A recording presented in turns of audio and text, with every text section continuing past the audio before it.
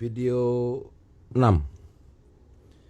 pakai tema ya Alkitab berlainan isinya. Ya memang kalau sepanjang sejarah lah ya, sejarah percetakan ya, sejarah percetakan ini kita ambil aja dulu yang di negeri inilah ya. Terlampau banyak sekali 1001 itu di seluruh penjuru dunia juga masing-masing juga pada nyetak.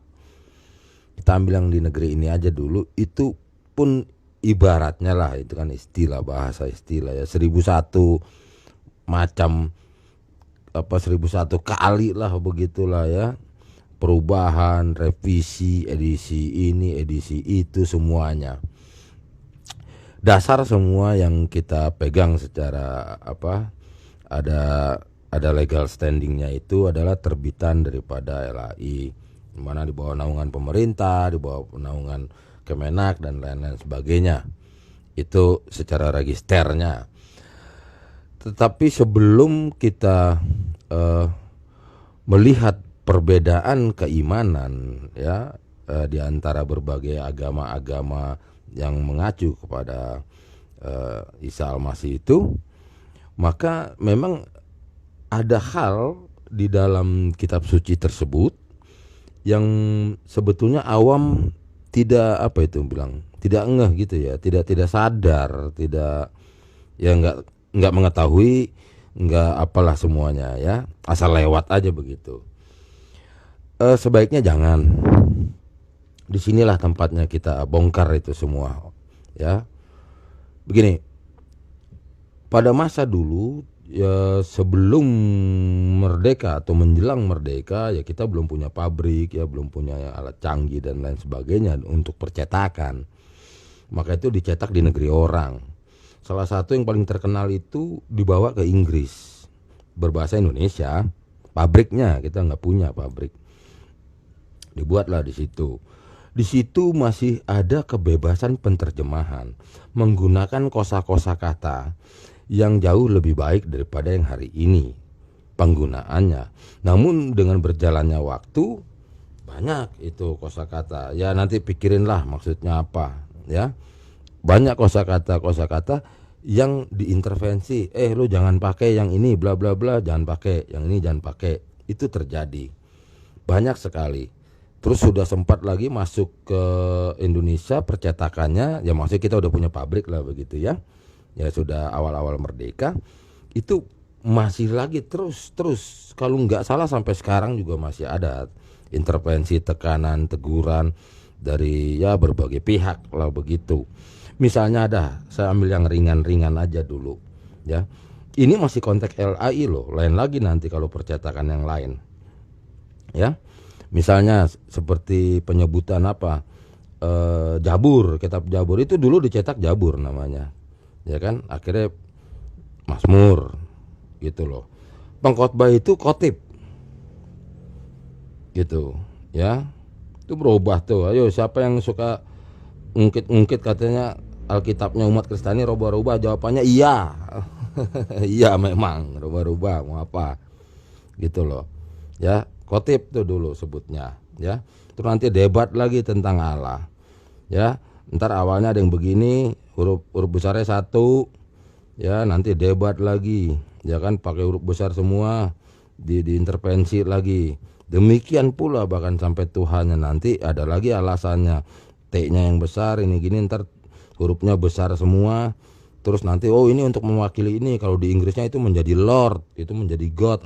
Capek deh gitu loh. Jadi itu terus-terusan terjadi. Namun tidak terlampau tidak terlampau bahaya lah ya begitu. Ya bahaya sebagai tuntunan iman. Yang agak harus dikritisi atau diamati atau dicermati atau diwaspadai di luar naungan ini, itu halus sekali permainannya, banyak sekali orang yang tidak tahu di mana letaknya. Misalnya seperti yang sekarang yang udah mulai paling terkenal, mudah-mudahan saya nggak pernah searching ya di internet, mudah-mudahan sudah mulai banyak yang tahu gitu tentang permainan tanda baca ya, tentang permainan koma pindahin sini, udah lain arti di dalam satu narasi paragraf ya, titik entah di mana gitu loh. Itu Yang agak kasar permainannya adalah memang mengganti gitu. Adalah itu ada beberapa agama yang mainnya di situ ya.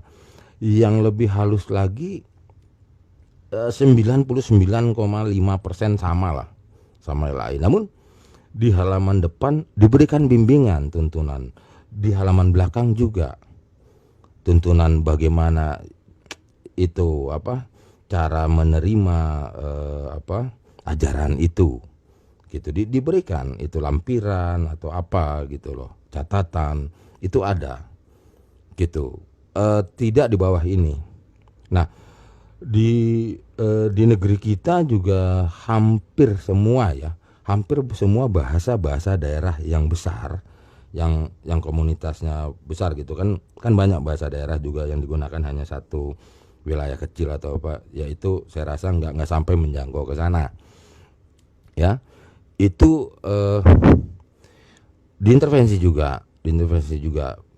Bahkan nanti kalau mau lihat tentang kosakata yang penggunaan itu, yang dimana bahasa Melayu sama dengan bahasa kita, yang dimana nanti boleh dikata lah itu menerjemahkan aslinya dulunya harusnya Jehovah ya atau YHWH itu terus dimasukin ke sini, itu sampai dibawa ke pengadilan di negara Malaysia.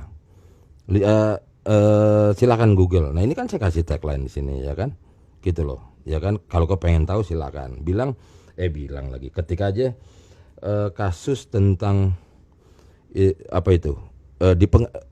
saling gugat itu penggunaan kata untuk pengganti Jehovah itu di dalam kitab sucinya yang di orang-orang Malaysia itu menggunakan ini juga lah. Terus digugat dan akhirnya menang gitu. Itu yang digugat itu pihak Katolik. Ya, Katolik yang Roma di sana. Nah, ini itu salah satu contoh ya. Jadi artinya kenapa memang Alkitab itu berlainan isinya. Ya. Nanti masalah nanti ada tudingan kitab Gnostik kitab Barnabas itu kok kan sering tuh bosan ya kita dengarnya ya. Kenapa nggak dimasukin, dihilangkan? Nanti itu dijawab ya. Jadi ini dulu deh hal-hal yang di depan mata dulu yang sering terjadi, yang harusnya di depan mata, tapi karena ini khilaf ya, silaf itu istilahnya orang nggak ngeh ya kan. Sebab begini, ini saya kasih juga wawasan ya. Asosiasi Pariwisata dan Perhotelan pada tahun 60 ya apa 70 dari konvensi internasionalnya kalau nggak salah di Swiss untuk asosiasi pariwisata dan perhotelan itu pernah mensyaratkan hotel yang berbintang 5 salah satu syaratnya ada Bible. Hotel bintang 5 itu. Nah itu pun di ini juga ya di itu juga lah ya, diintervensi juga. Ya ada yang pro kontra begitu. Namun ini panjang, puluhan tahun terjadi gitu. Salah satu syarat untuk dinyatakan hotel tersebut masuk kategori bintang 5 selain daripada kolam renang dan pating golf itu yang cuma pukul-pukul, itu dapat digantikan dengan squash itu ya. Intinya itu ada jenis olahraga apa terus tentang religion tentang religion hanya satu ada di situ ya toh, ditaruh di situ. Itu terbitannya dari yang paling rame itu cetakan lupa saya, Hong Kong apa tapi bahasa Inggris ya. Ini maksudnya untuk pembagian ke Asia karena itu di seluruh pelosok dunia terjadi itu ya. Terus sekarang ini kayaknya udah mulai gini ya, begitu deh. Padahal itu suatu kesepakatan tingkat dunia ya. Nanti susah lah saya ngomong sini. Udah pokoknya begitu aja, ini sebagai wawasan ya. Nah maka hal-hal tersebut. Satu lagi kalau mau tahu saya kasih wawasan.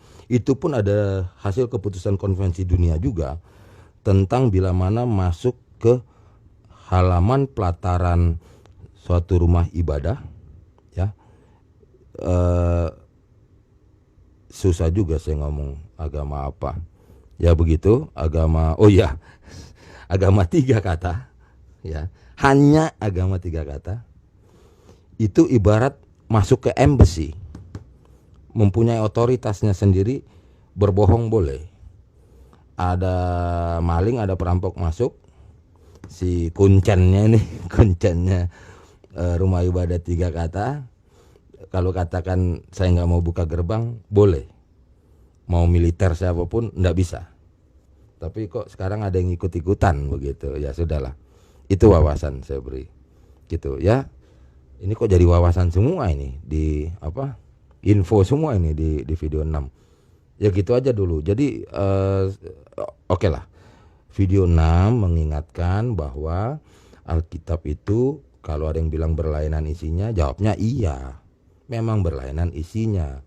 Tadinya saya mau jawab di video lainnya. Sebetulnya kalau ini ya saya tutup aja dengan kata bahwa memang ini sebagai fisik buku, kertas, cetakan, sebagai bacaan, memang tidak ada khasiatnya, tidak ada kekuatan magisnya. Oleh karena itu adalah buku. Penting nggak? Nggak penting. Karena yang penting adalah di dalamnya memberitakan. Lihat kalimatnya. Memberitakan tentang.